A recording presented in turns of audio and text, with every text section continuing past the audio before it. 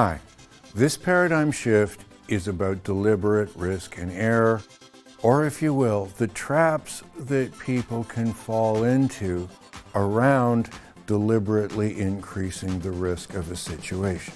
Most people have a certain risk tolerance for things that they can't influence. Like, for instance, a lot of people are afraid to fly, but they're not afraid to drive to the airport, even though driving to the airport is way more dangerous. We just don't like risk that we can't influence. But what's interesting is that over time, risk that depends on error can actually exceed the tolerance you have for risk that you can't influence. So if you're complacent enough that you would be willing to do something like look away from the road, you're willing to do that because you know that you can get your eyes back on the road quickly. But what a lot of people aren't aware of is the risk of that extra second.